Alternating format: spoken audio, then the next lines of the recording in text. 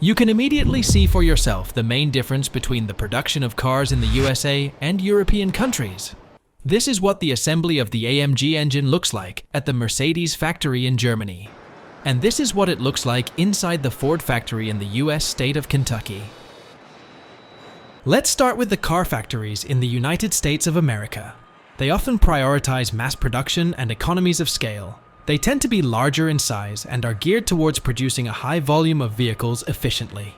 Traditionally, US car factories have had a more adversarial relationship between management and labor, with strong unions often influencing labor practices, wages, and benefits. These strong unions are the reason why workers at American car manufacturers are usually dressed in normal clothes, caps, t-shirts, or even shorts. European car factories tend to have a more collaborative approach between labor unions and management, which can result in more flexible work arrangements and a greater focus on employee well-being. Therefore, they have a mandatory dress code and usually wear overalls with the car company's logo at work.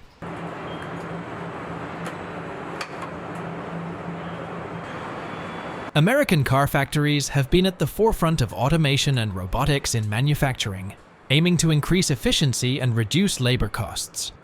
The US regulatory environment tends to be more lenient in certain areas, which can impact the design and production processes. Another difference is that American car manufacturers often have more geographically dispersed supply chains, with parts and components sourced from various locations, both domestically and internationally.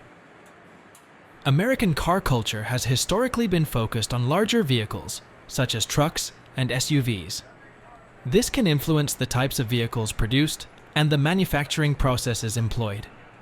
The US government may provide incentives or subsidies to the automotive industry, which can impact the location and operation of car factories.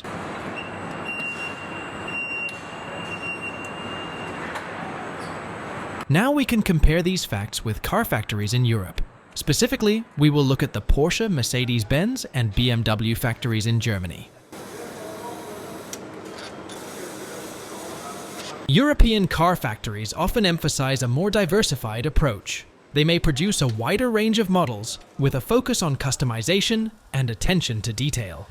These car manufacturers have also embraced automation, but may balance it with a higher degree of craftsmanship, particularly in luxury car production, where manual work and attention to detail are highly valued. European car factories operate under stricter environmental and safety regulations, which can lead to different engineering and manufacturing practices to meet these standards.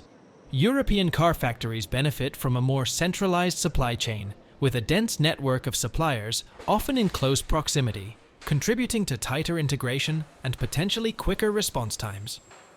European car culture tends to prioritize smaller, more fuel-efficient vehicles, and there's a stronger emphasis on design and performance, particularly in countries like Germany and Italy.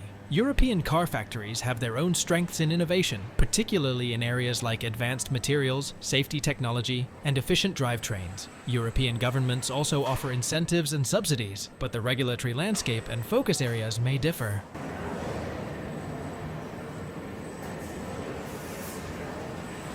It's important to note that there can be exceptions and variations within both the US and European car manufacturing landscape, and trends may evolve over time due to global economic and technological shifts. Additionally, factors like mergers, acquisitions, and collaborations between American and European car manufacturers can also influence the characteristics of their respective factories.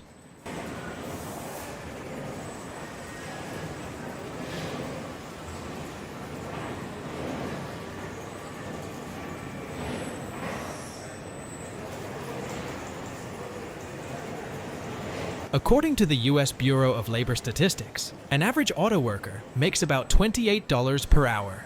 This wage increased about $1 from the year before. In states where the Detroit 3 automakers have factories, workers are striking for better pay. The hourly wage in the German automobile industry was $32 per hour. Of course, this will vary depending on the specific car manufacturer.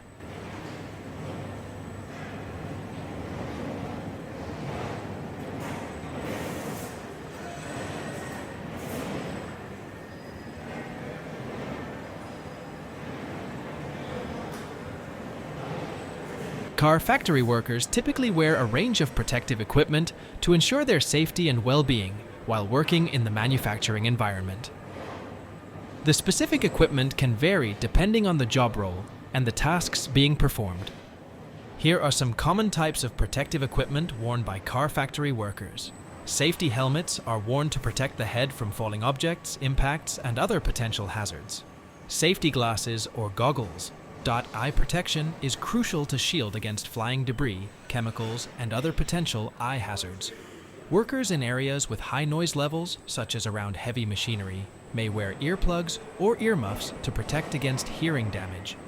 In environments where dust, fumes, or harmful particles are present, respiratory protection may be necessary to ensure workers breathe clean air. Depending on the tasks involved, workers may wear gloves to protect their hands from cuts, abrasions, chemicals, or extreme temperatures. Safety boots or steel-toed shoes. These provide protection for the feet from heavy objects, sharp materials, and potential crushing hazards. Workers in areas with moving vehicles or machinery may wear high-visibility vests or clothing to ensure they are easily seen and identified. In areas where workers may come into contact with hazardous chemicals, specialized clothing may be worn to protect against chemical exposure. In areas where there is a risk of fire or exposure to high temperatures, flame-resistant clothing may be required. For tasks performed at heights, workers may wear harnesses, lanyards, and other fall protection gear to prevent falls. In situations where there is a risk of chemical splashes or flying debris, face protection may be worn in addition to safety glasses or goggles. These may be worn to protect clothing from dirt, grease, chemicals, or other substances. In confined spaces, workers may wear safety harnesses or belts to prevent falls and ensure they can be rescued if needed. It's important to note that the specific protective equipment required can vary depending on the tasks and hazards present in a particular area of the factory. Employers are responsible for providing and maintaining appropriate protective equipment, as well as ensuring that workers are trained on how to use it effectively. Additionally, workers should always follow safety protocols and wear the required protective equipment to mitigate potential risks in the workplace.